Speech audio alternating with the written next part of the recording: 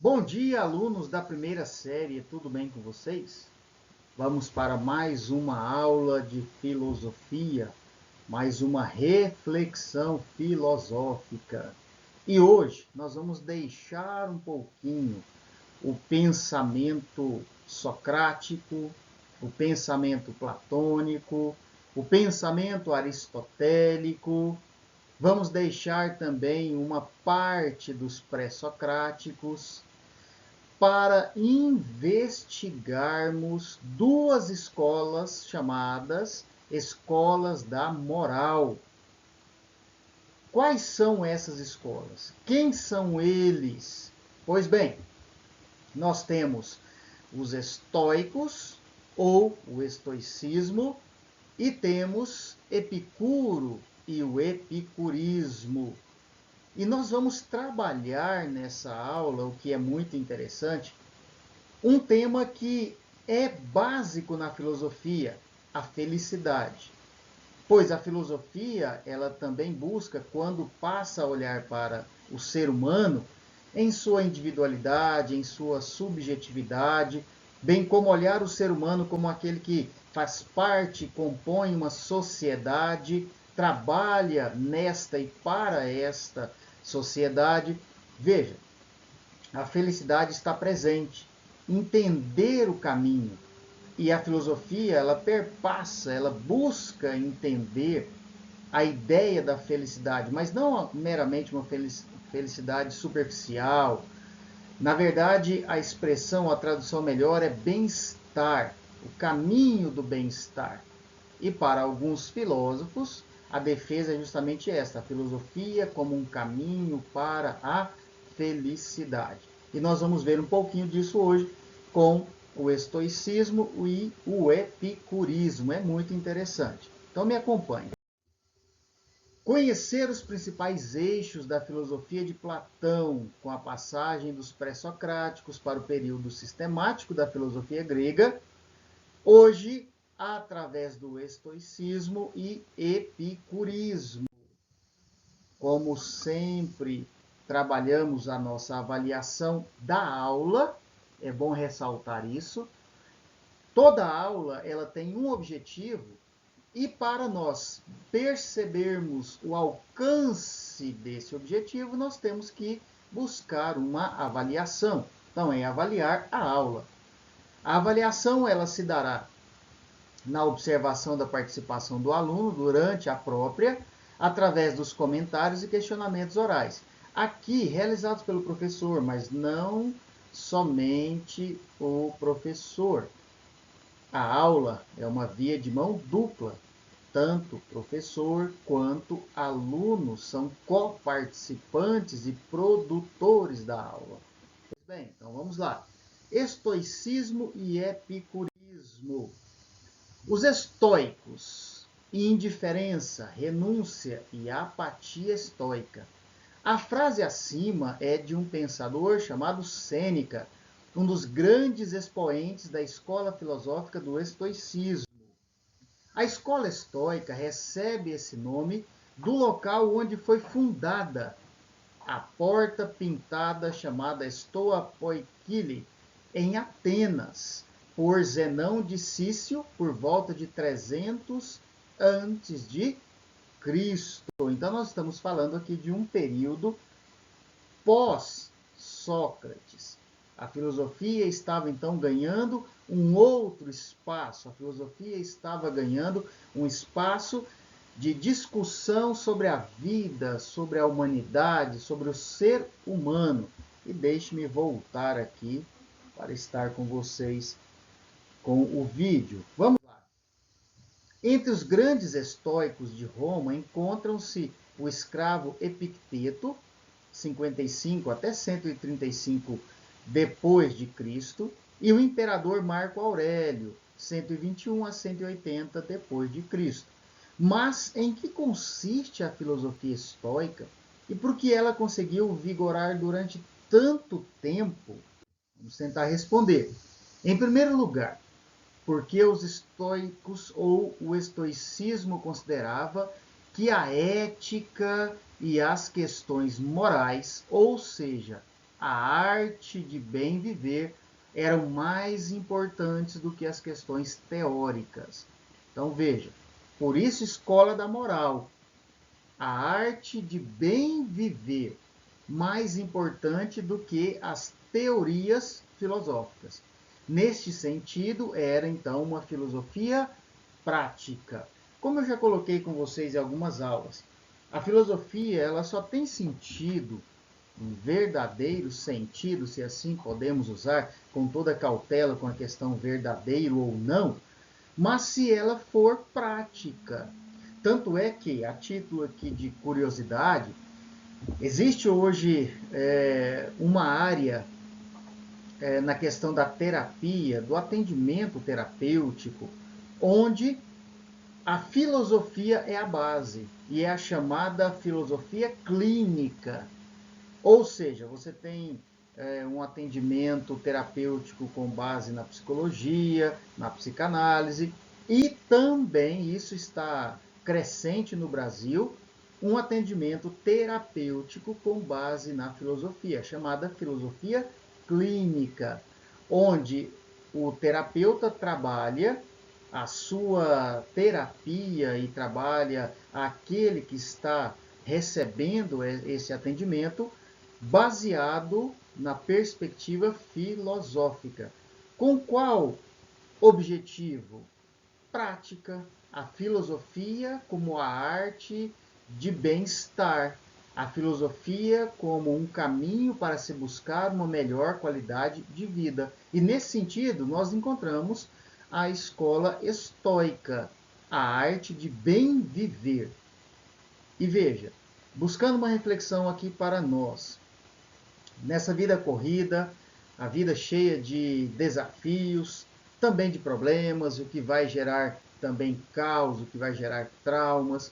Uma das coisas a se pensar é, além do aspecto da profissão, o desejo de se alcançar, seja aquilo que é material, enfim, os relacionamentos, nós precisamos pensar também nessa arte de bem viver. Se nós buscarmos uma melhor qualidade de vida, no sentido da vida prática, não só daquilo que se adquire, se compra, se consome, mas nas relações interpessoais, buscando relacionamentos saudáveis, buscando uma prática de vida que possa contribuir com a nossa qualidade, com certeza estaremos caminhando para aquilo que eu costumo dizer, parece uma utopia, algo tão impossível, mas para uma melhor qualidade de vida social entre as pessoas.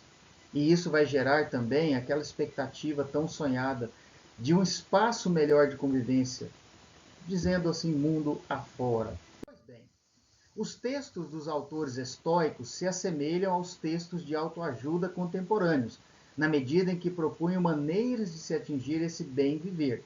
Só que se assemelham, mas não significa que são iguais.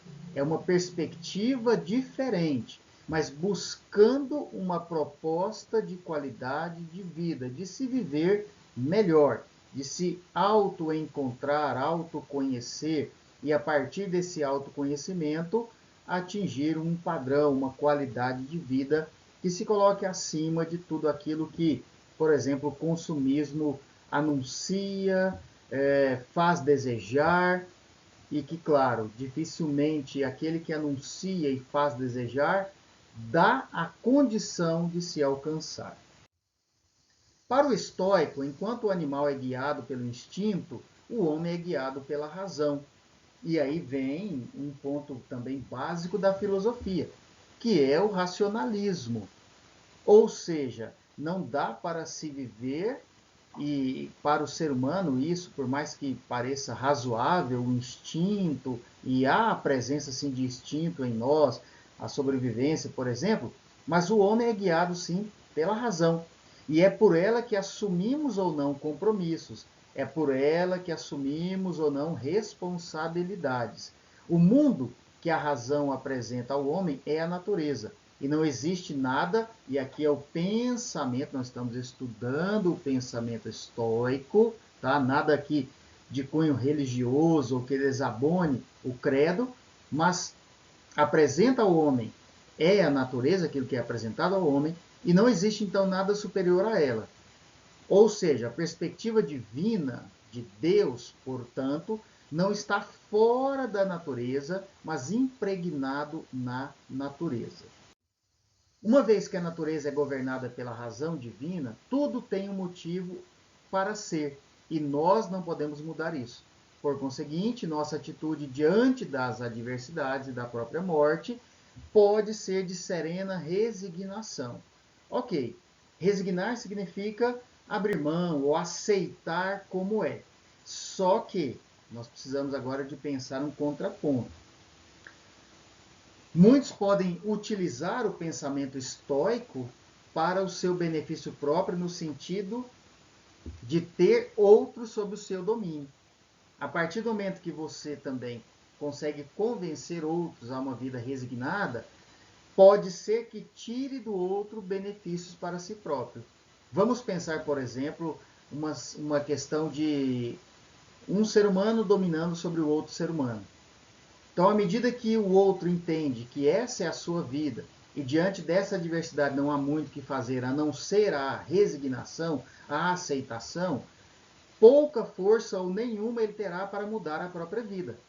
Então, veja, a busca é do bem-estar, mas nós temos que tomar muito cuidado para que o entendimento dessa busca ou desse bem-estar não seja uma resignação que te faça calar diante das adversidades e daquilo que o outro propõe, ou a própria vida lhe apresente, sem que se lute para uma mudança.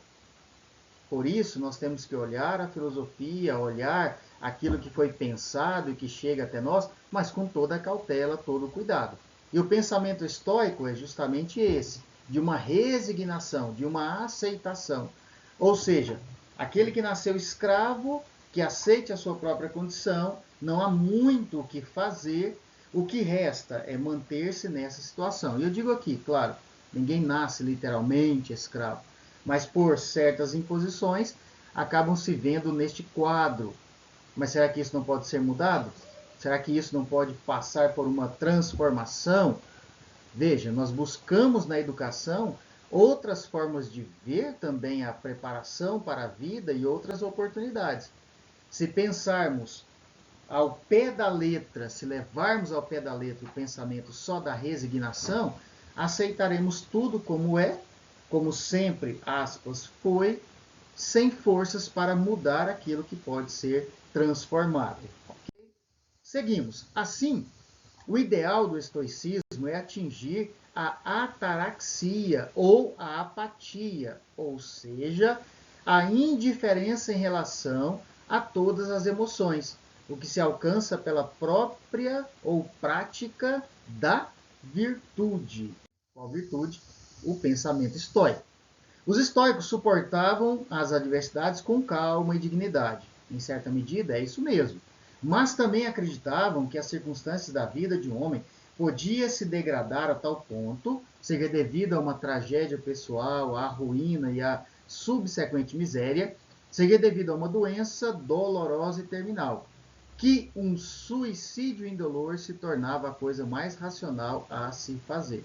Então veja, muito mais uma entrega, muito mais uma resignação do que realmente um levantar-se para tentar uma mudança.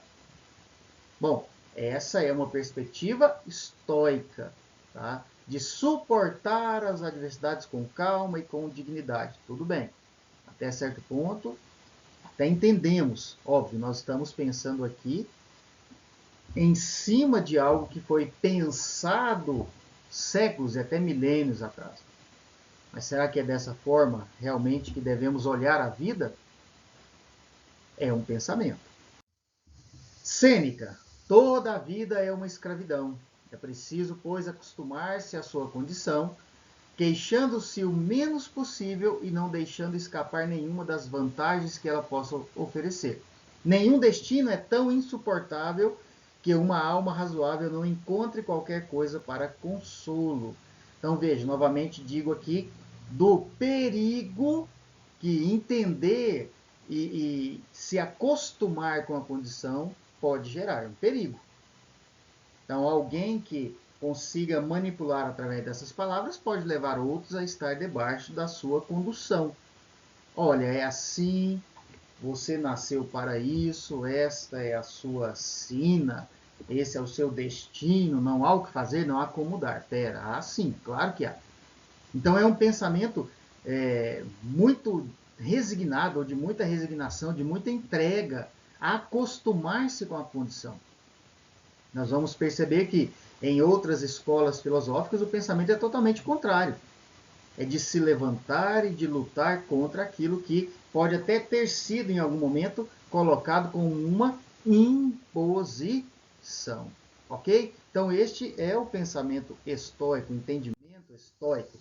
Vê-se frequentemente um terreno diminuto, prestar-se, graças ao talento do arquiteto, às mais diversas e incríveis aplicações, e um arranjo hábil torna habitável o menor canto. Aqui falando de uma construção, uma analogia, uma história. Tá, mas e quem constrói? Quem é o arquiteto da nossa própria existência, da nossa vida? Nós somos aqui. Então, olhar com um olhar simplesmente menor, diminuído ou de resignação, não compete. Há outras formas de se pensar. Mas que fique claro, é o pensamento estoico. Para vencer os obstáculos, apela à razão. Verás abrandar-se o que resistia, alargar-se o que era apertado, e os fardos tornarem-se mais leves sobre os ombros que saberão suportá-los. Veja que novamente Sêneca usa a expressão suportar, aceitar, aguentar, mas com resignação. No tempo áureo da antiguidade grega, 3 séculos antes de Cristo, agora passando a pensar o epicurismo, o filósofo Epicuro introduziu não tanto um princípio de prazer, há hoje uma certa confusão à volta da palavra epicurismo, mas mais um princípio de fuga da dor ou de procura da tranquilidade. Então nós vamos ver aqui que há uma mudança de perspectiva. Então nós vamos voltar lá aos estoicos com a sua resignação e agora vamos encontrar Epicuro dizendo, olha, o ideal é diminuir a dor e aumentar o prazer.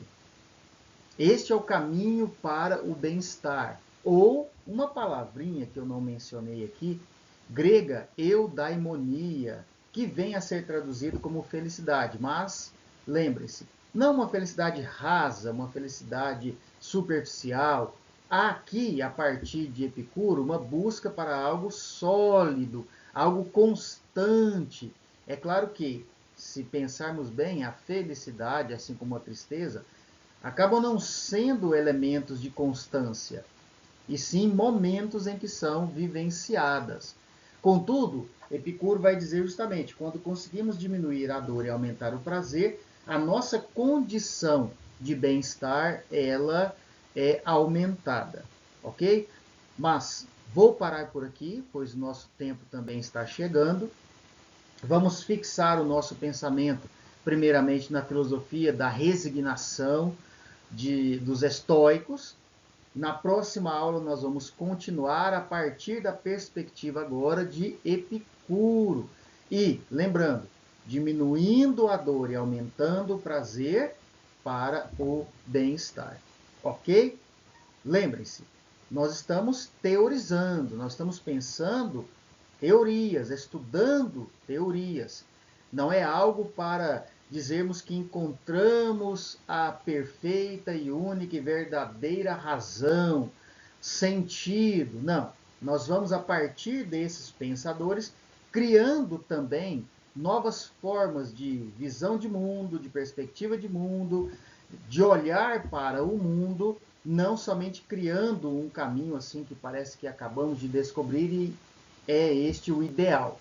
Nós estamos investigando, conhecendo, aumentando as nossas perspectivas, ampliando a nossa visão de mundo. Ora, em uma época, em um tempo, em um momento da história, alguém pensou desta forma. Ora, em um outro momento, outro pensador, outra escola surgiu com uma outra visão, com uma com uma outra forma de ver o mundo, ok? Vamos continuar na próxima aula. Qualquer dúvida, entre em contato, não deixe de marcar ali a sua presença. E espero que possamos logo estarmos novamente juntos em sala de aula e assim continuarmos construindo o nosso pensamento. Pois essa também é uma proposta da filosofia, da sociologia. Possamos construir pensamentos tendo como base esses pensadores também, que nos auxiliam a termos aí uma nova perspectiva, novas visões de mundo e como nos relacionamos com este mundo a partir dessas escolas, ok? Até a próxima aula e me coloco à disposição de vocês. Valeu e até lá!